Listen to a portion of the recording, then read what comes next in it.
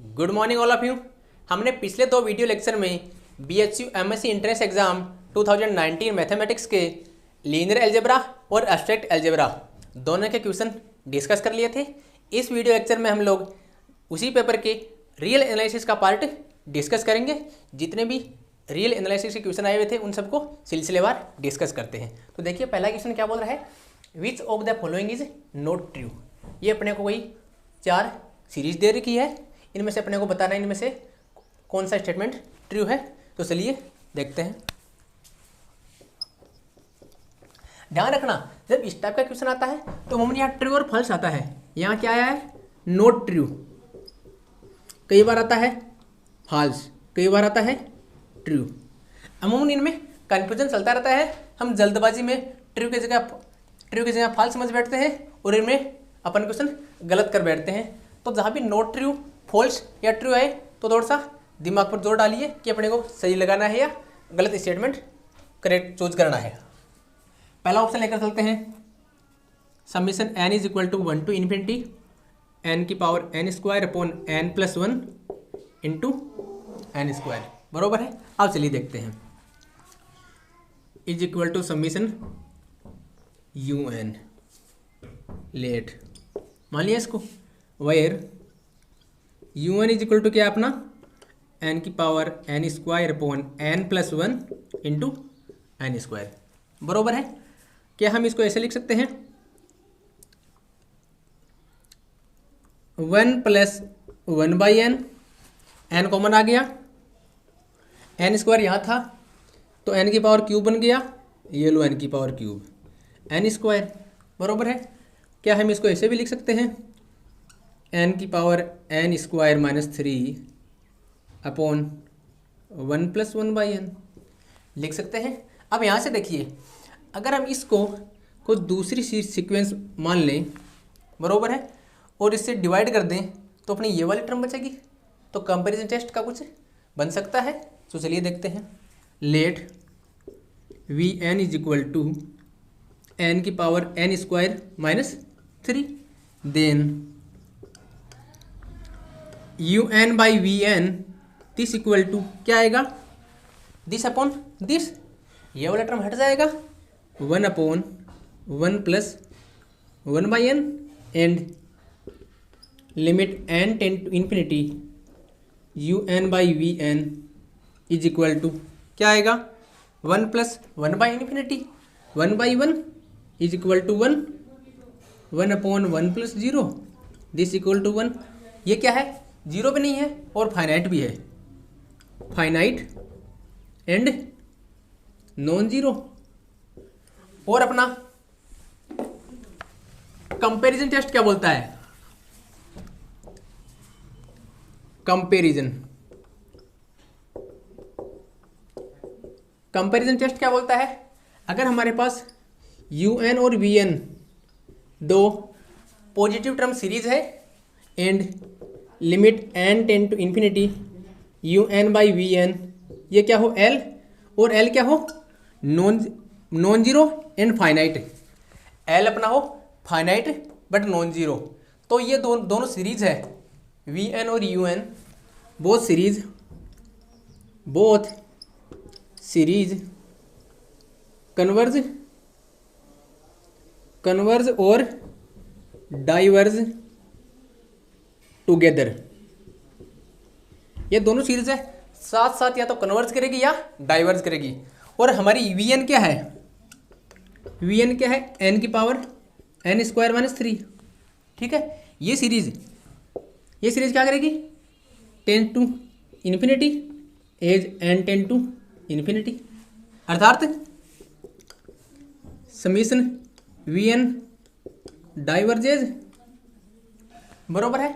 अगर series Vn diverge कर रही है और limit n tend to infinity un upon Vn ये फाइनाइट और नॉन जीरो आ रहा है, इसका मतलब un और Vn या तो साथ साथ कन्वर्ज करेगी या डाइवर्ज करेगी, लेकिन Vn तो क्या कर रही है, diverge. This implies summation un also diverge, बरोबर है। लेकिन ये क्या बोल रहा है, CGT मीन्स कन्वर्जेंट, CGT लिखते हैं कन्वर्जेंट, इसका शॉर्ट टर्म है कन्वर्जेंट है, इसका मतलब ये स्टेटमेंट तो फॉल्स है। हमको क्या पूछा है, विच of the following is not true, इसका मतलब ये ऑप्शन ट्रू नहीं है, ये अपना राइट ऑप्शन हो गया। अगर फर्स्ट ऑप्शन में अपना आंसर मिल जाता तो आगे वाले ऑप्शन को डिस्कस करने की जरूरत नहीं है। अब चलते हैं सेकेंड क्वेश्चन की ओर। अब बात करते हैं हम सेकेंड क्वेश्चन की ओर। सेकेंड क्वेश्चन क्या बोल रहा है, the value of limit n tend to infinity 1/n plus into 1 की पावर n 1 प्लस 2 की पावर 1/2 प्लस 3 की पावर 1/3 4 की power 1/4 and so on n की पावर 1/n, इसकी लिमिट क्या होगी। अब देखिए ये किससे कुछ मिलता जुलता लग रहा है, ये कुछ ऐसा लग रहा है a1 plus a2 plus so on an की पावर an अपॉन 1/n, बरोबर है, ऐसा कुछ लग रहा है। जहाँ an बराबर क्या है, n की पावर 1/n, ऐसा ही कुछ लग रहा है। और ऐसा हमने किस में पढ़ा था, Cauchy first theorem on limit, Cauchy first theorem on limit. ये क्या बोल रही थी, अगर if limit n tend to infinity an बराबर l हो, अगर limit n tend to infinity an बराबर l हो, then limit n tend to infinity a1 plus a2 plus so on an upon n, इसकी लिमिट भी क्या होगी, l होगी। इसका मतलब हमारे को किसकी वैल्यू निकालनी पड़ेगी, इसकी लिमिट निकाल ले और वही इसकी लिमिट हो जाएगी, ठीक है। तो चलिए इसकी लिमिट क्या होगी, सब जानते हैं, limit n tend to infinity n की पावर 1/n, इसकी वैल्यू क्या आती है, 1 आती है। ये कैसे आती है, डिस्क्रिप्शन में पूरा वीडियो हमने इस पर बनाया है छोटा सा, वो देख लेना। Then limit n tend to infinity 1/n 1 की पावर 1/1 प्लस 2 की power 1/2 and so on n की पावर 1/n, इसकी लिमिट क्या आएगी, 1 किससे, by Cauchy first theorem on limit.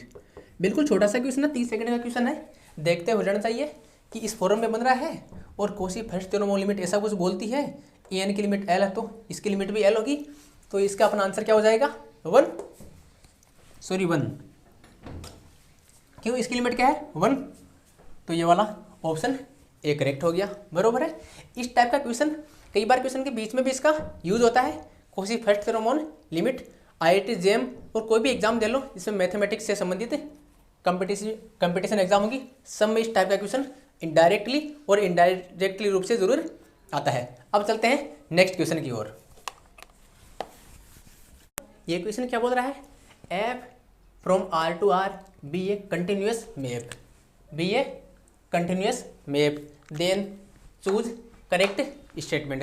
अगर F real number to real number कोई कंटिन्यूस फंक्शन है तो इनमें से करेक्ट स्टेटमेंट कौन सा होगा, चलिए चेक करते हैं। पहले कुछ इसको मैं आपको प्रॉपर्टी बता देता हूँ। अगर एफ किसी सेट ए से किसी सेट बी में कोई फंक्शन है, if F is continuous function, अगर आप कंटिन्यूस फंक्शन है तो पहला प्रॉपर्टी देखिए, image of open set under F is open set की इमेज क्या मिलेगी, ओपन सेट। दूसरी इनवर्स इमेज ऑफ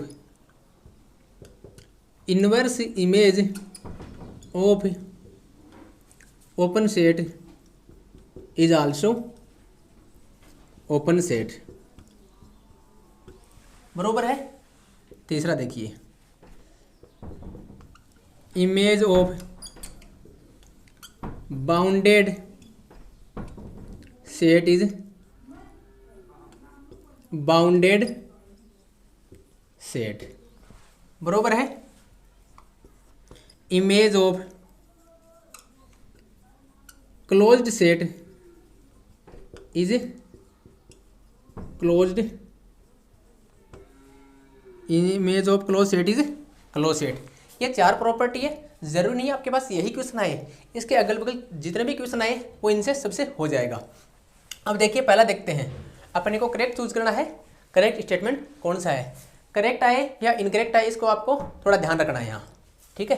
पहला बोल रहा है एफ ऑफ 0 1, ये इमेज है क्लोज सेट 0 1 की, किसके अंडर में, एफ, और एफ क्या है, कंटिन्यूस फंक्शन।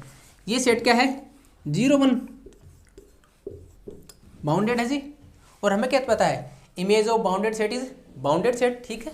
दूसरी चीज़ ये क्या अपना एक क्लोज सेट भी है, तो ये इसकी इमेज क्लोज भी होगी, लेकिन यहाँ केवल क्या है बाउंडेड। इसका मतलब स्टेटमेंट तो करेक्ट है, क्योंकि इसकी इमेज क्या आएगी, बाउंडेड आएगी। क्यों, image of bounded set is bounded set under continuous function. दूसरा क्या बोल रहा है एफ इज बाउंडेड, ये ज़रूरी नहीं है, क्यों, हमारा आर क्या है रियल नंबर है, ये बाउंडेड नहीं है। तो चलिए इसको देखते हैं। अपना आंसर तो यही हो गया, लेकिन आगे वाले इसलिए बता रहे हैं ताकि इसके अगल बगल और भी कोई क्वेश्चन आए तो आप लगा सको। बोल रहे हैं एफ इज़ बाउंडेड, इसका मतलब हमें एक ऐसा कंटिन्यूस फंक्शन दिखा दे जिसकी इमेज क्या हो, बाउंडेड नहीं हो, तो अपना ये स्टेटमेंट इनकरेक्ट प्रूव हो जाएगा। चलिए f of x is equal to ले लिया हमने एक्स स्क्वायर, ये क्या है, इस टाइप से कुछ होगा, ये क्या है अनबाउंडेड है। Limit x tends to infinity f of x equal to infinity. जब एक्स की वैल्यू बहुत ज़्यादा होगी, इन्फिनिटी की ओर जाएगी, तो ये भी इन्फिनिटी की ओर जाएगा, मीन्स ये क्या है अनबाउंडेड है। ध्यान रखना कंटिन्यूस फंक्शन है, फंक्शन क्या है कंटिन्यूस है, बट क्या है अनबाउंडेड, दिस मीन्स ये वाला स्टेटमेंट इनकरेक्ट हो गया। सिमिलरली ये बोल रहा है image of f is an open subset of R, ठीक है। इसका हमें काउंटर एग्जाम्पल ले लेते हैं, आप चाहे अपनी इच्छा अनुसार जो भी ले लो, बशर्ते ही अपना इसका कंट्राडिक्शन मिलना चाहिए। हमने कोई फंक्शन डिफाइन कर दिया f of x is equal to x, x belongs to R, R से आर पर कोई फंक्शन डिफाइन कर दिया, ये लो जी, बरोबर है। अब देखिए F of an open set is F of 0 1, इसकी वैल्यू कितनी आएगी 0 1, क्यों, अपना आइडेंटिटी मैप है, और ये क्या है क्लोज सेट है, ओपन तो नहीं है ना, इसका मतलब image of f is open subset of R, बरोबर है। ये तो डिस्कार्ड हो गया, ठीक है, इसका मतलब ये तो हमारा ओपन सबसेट तो नहीं है, ठीक है, तो image of f is not an open subset of R, ये अपना डिस्कार्ड हो गया। सिमिलरली ये बोल रहा है f inverse is an open subset of R, हमें क्या पता है ओपन सबसेट कब होता है, जब ये ओपन हो। Inverse image of open set is open and inverse image of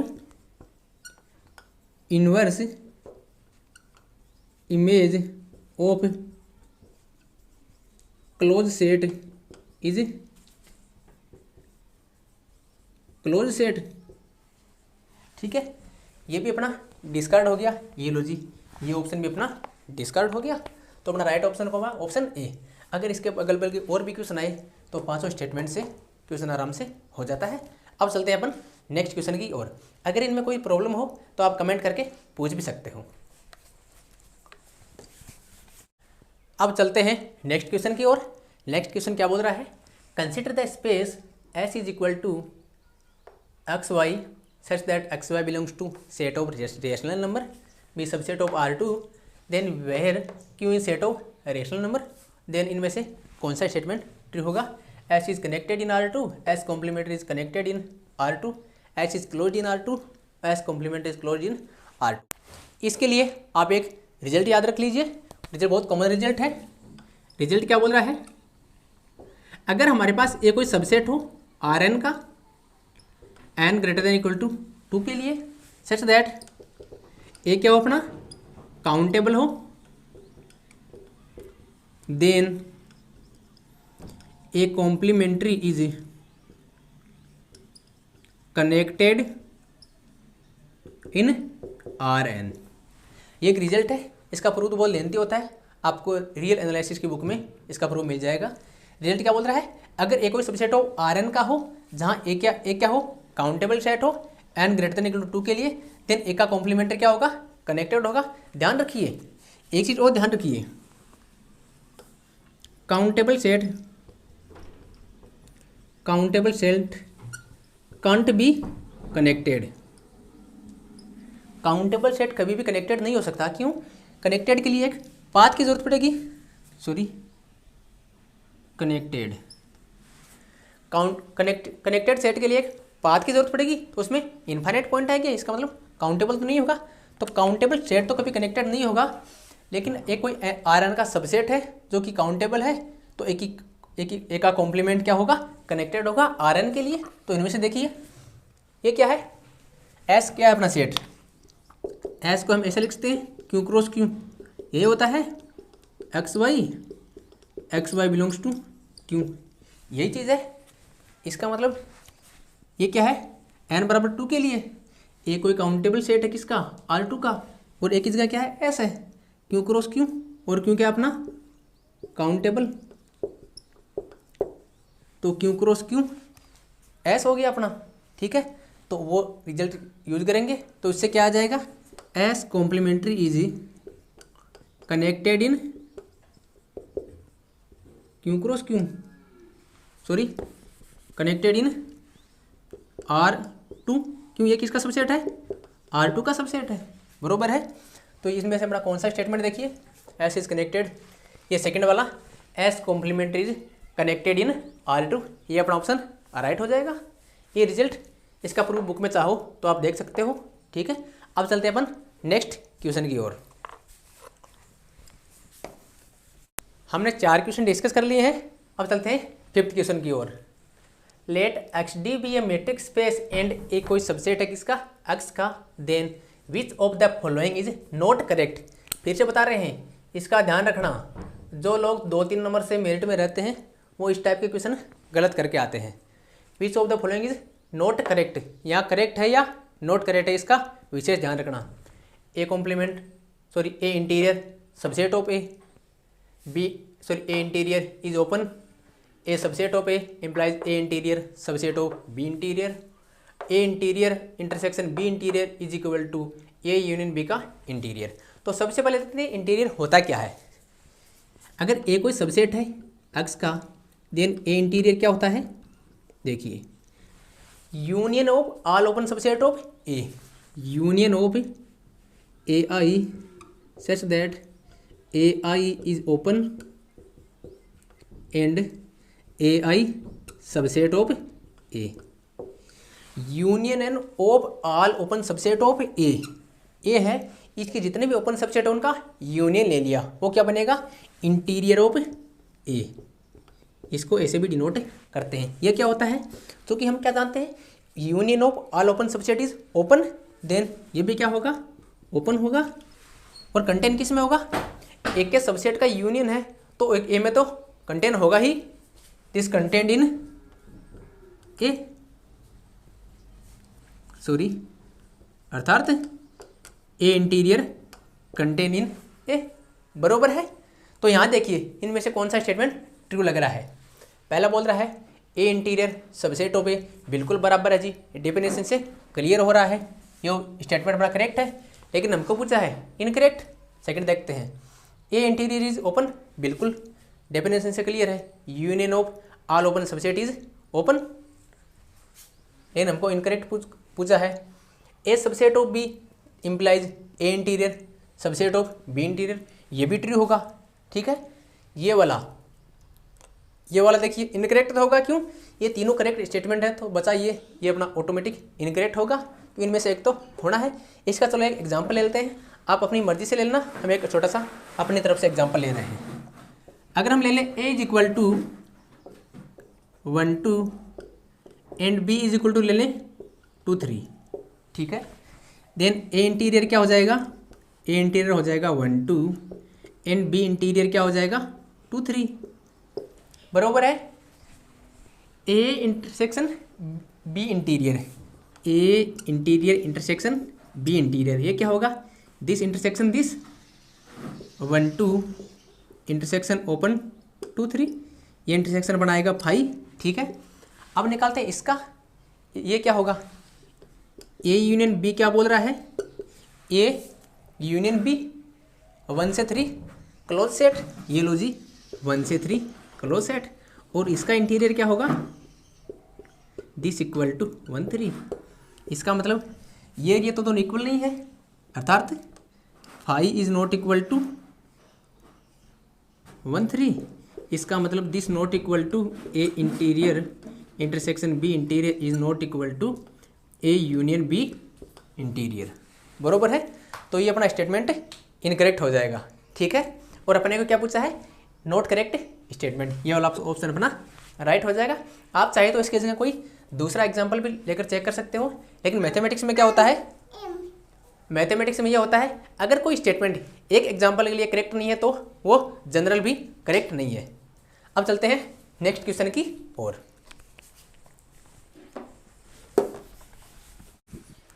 अब चलते हैं सिक्स्थ क्वेश्चन की ओर। ये क्वेश्चन क्या बोल रहा है, F of x is equal to 1 जब x बिलोंग्स टू 0 1 इंटरसेक्शन क्यों। इसका मतलब 0 और 1 के बीच में जितने भी अपने रेशनल नंबर है उन पर फंक्शन की वैल्यू क्या है, 1 है।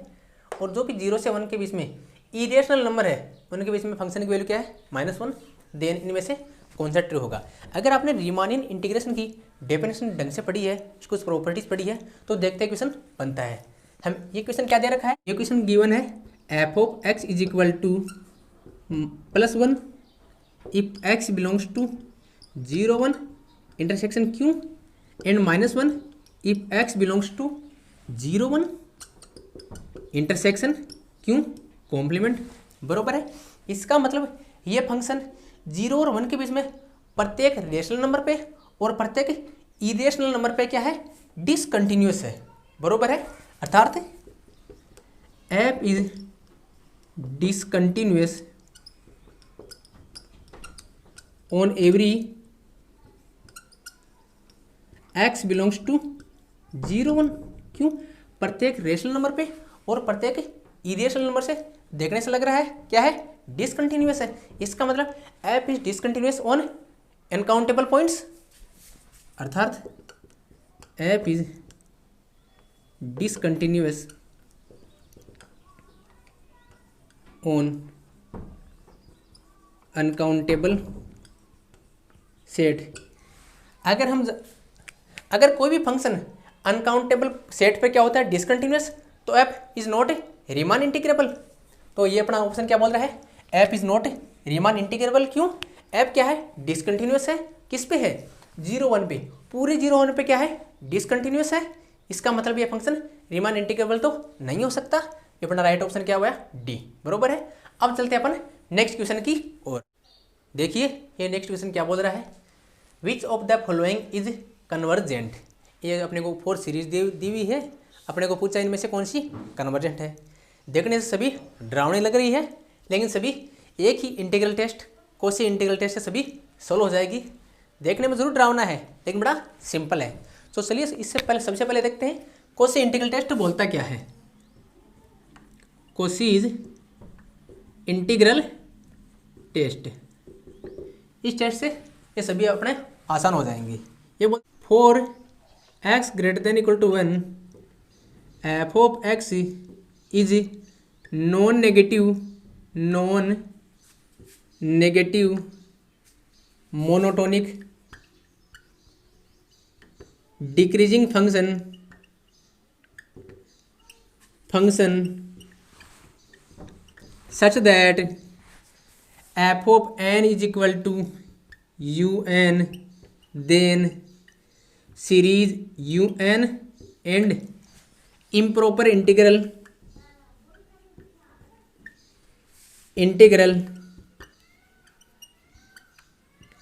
1 to infinity f of n dn या un dn कन्वर्ज और डाइवर्ज टुगेदर। बरोबर है। ये बोल रहा है अगर कोई अपना एफ फंक्शन है क्या है, नॉन नेगेटिव, इसका मतलब नेगेटिव कभी नहीं जाएगा, या तो 0 होगा या पॉजिटिव होगा। मोनोटोनिक डिक्रीजिंग, हमेशा डिक्रीजिंग फंक्शन होगा, इस प्रकार होगा f of n is equal to u n. Then ये जो सीरीज है और जो इम्प्रॉपर इंटीग्रल है 1 to infinity, ये क्या करेंगे, या तो साथ कन्वर्ज करेंगे या साथ डाइवर्ज करेंगे। यहाँ अपना क्या है, इसमें x > = 2 के लिए या x > = 3 के लिए यहाँ x greater than equal to 3, यहाँ भी x greater than equal to 2 के लिए। चलिए सबसे पहले फर्स्ट ऑप्शन को चेक करते हैं। पहला क्या बोल रहा है, इसको माना u1 is equal to 1/n log of en, मान सकते हैं, ठीक है, n greater than equal to 2 बरोबर है। u1 is equal to n log of n मान लिया, then f of n is equal to un is equal to 1/n log of en। क्या है, मोनोटोनिक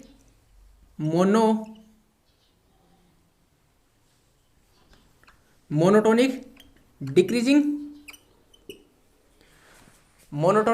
भी है, नो नेगेटिव भी है, तो कोसी इंटीग्रल टेस्ट लगा सकते हैं, ठीक है। तो चलिए सबसे पहले इस इंटीग्रल को चेक कर लेते हैं, इसकी वैल्यू कितनी आएगी, उसके हिसाब से हम इसको प्रूव करेंगे, या कन्वर्ज करेगी या डाइवर्ज करेगी। 2 to infinity 1/n log of n dn क्या आएगा, मान लो let log of n is equal to t log of n is equal to t मान लिया, बरोबर है। देन 1/n dn बराबर dt आ गया, ठीक है। ये लो जी क्या आ गया, 1/t dt।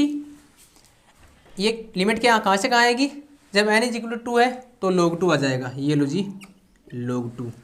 जब n is equal to infinite है तो log इन्फाइनाइट आ जाएगा, बरोबर है। ये क्या आएगा, log ऑफ t, और लिमिट कहाँ, log ऑफ 2 से इन्फाइनाइट, और ये क्या जाएगा, log infinite minus log of log 2। ये कहाँ जा रहा है, इन्फाइनाइट की ओर। इसका मतलब कन्वर्स तो नहीं कर रहा है, अगर कन्वर्स होता तो कुछ फाइनाइट आता, न कि इनफाइनाइट, तो ये ऑप्शन अपना डिस्कार्ड हो गया, ठीक है। सिमिलरली मिलता जुलता सा है, इसका देख लेते हैं।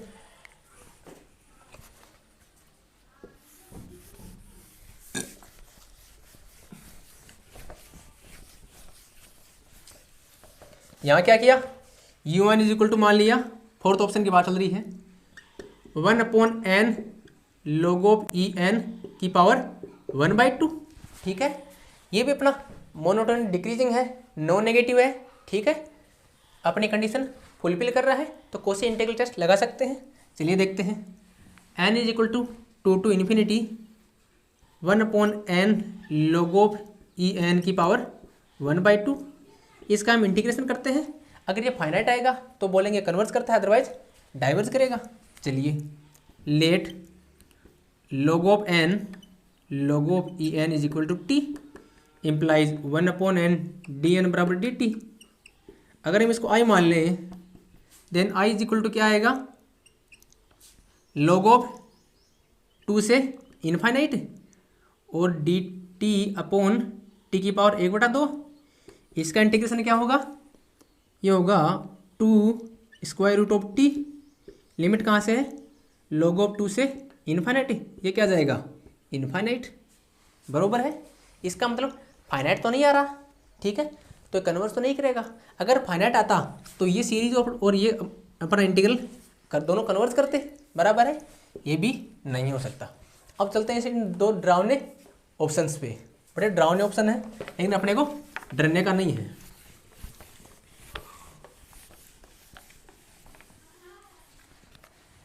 सबसे पहले चलते हैं सेकंड ऑप्शन की ओर।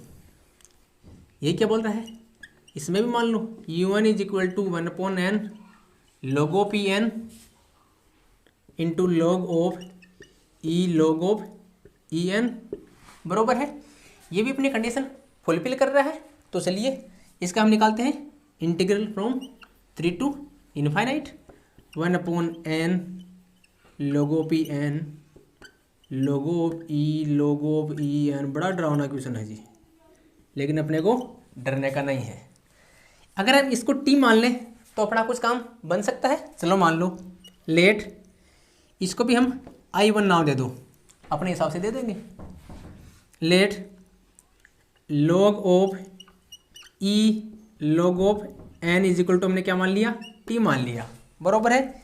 दिस इम्प्लाइज ये क्या आएगा 1/log ऑफ ई एन, इसका समाकलन सॉरी डिफ्रेंशिएशन, और log ऑफ एन का 1/n डी एन बराबर डी टी आ जाएगा।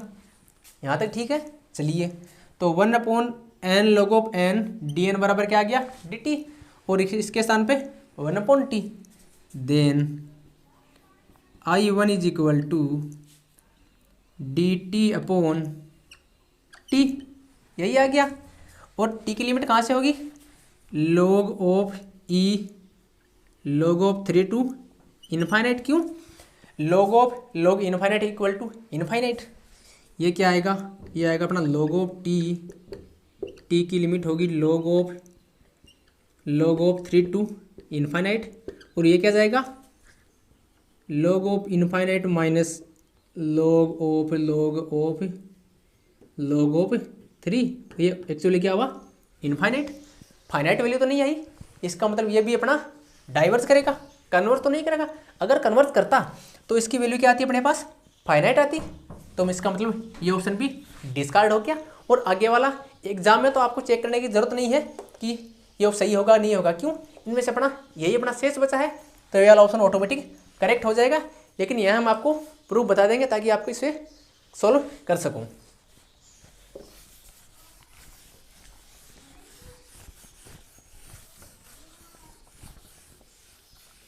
यहाँ क्या है, इसका स्क्वायर है, सेम लफड़ा है, ज़्यादा कुछ अलग नहीं है, सेम उसी की तरह है, केवल यहाँ पावर 2 है। चलिए इसका इंटीग्रेशन निकालते हैं। थर्ड ऑप्शन की बात चल रही है। लेट मान लो I2 is equal to 3 to infinity 1/n log of e n log of e n की पावर 2, ठीक है, डी एन, ठीक है। अब देखो वही मानेंगे, इसको क्या मान लेंगे, टी मान लो, माना या let log of e n equal to t implies, इसका डिफ्रेंशिएशन करो क्या आएगा 1/log of e n into log n का 1/n d n equal to d t, बराबर है, ठीक है। देन I2 क्या आएगा अपना 3, n is equal to 3 put किया, t इज इक्वल टू क्या आया log of e 3, infinite put किया log infinite, t is equal to infinite आ गया, 1/n log ऑफ n क्या आ गया dn बराबर dt, तो ये लो जी dt आ गया, अपॉन इसके स्थान पे t पुट किया टी स्क्वायर, ये लो जी टी स्क्वायर, ये क्या आया -1/t, 1/t स्क्वायर का इंटीग्रेशन क्या आया -1/t, और t की लिमिट क्या है log 3 to infinity, log e3 to infinity, ये क्या आएगी -1/∞ प्लस 1/log ऑफ e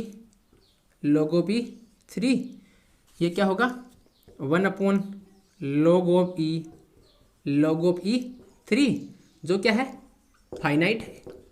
इसका मतलब अपना ये इंटीग्रेशन क्या कर रहा है, कन्वर्स कर रहा है, ठीक है। जो अपना इम्प्रॉपर इंटीग्रेशन है या इंटीग्रल है कन्वर्स करता है, तो कोशी इंटीग्रल टेस्ट क्या बोलता है, अगर ये कन्वर्स करेगा तो ये सीरीज भी कन्वर्स करेगी, क्यों, बिकॉज ये दोनों सीरीज और इम्प्रॉपर इंटीग्रल या तो साथ में कन्वर्स करेंगे या डाइवर्स करेंगे।